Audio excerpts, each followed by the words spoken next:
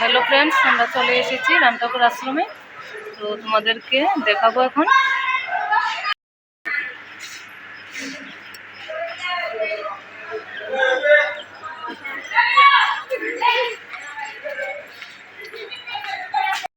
এই দেখো লেবু। বন্ধুরা এখন প্রসাদ খেতে বসে পড়লাম। প্রথমে দিয়ে দিল থালা, সাথে আছে লেবু, তারপর দিয়ে দিল অন্ন প্রসাদ।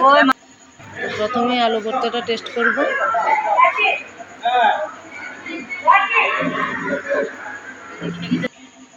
তারপর দিয়ে দিল ডাল আর কচুর শাক, বেগুনি। তারপর দিয়ে দিল পটল। খাবারগুলি খুব টেস্ট হয়েছে। তারপর দিয়ে দিল মটর ডাল, তারপর দিল পনির। প্রসাদ খুব ভালো লেগেছে। তারপর আমের চাটনি, সাথে আছে দই মিষ্টি।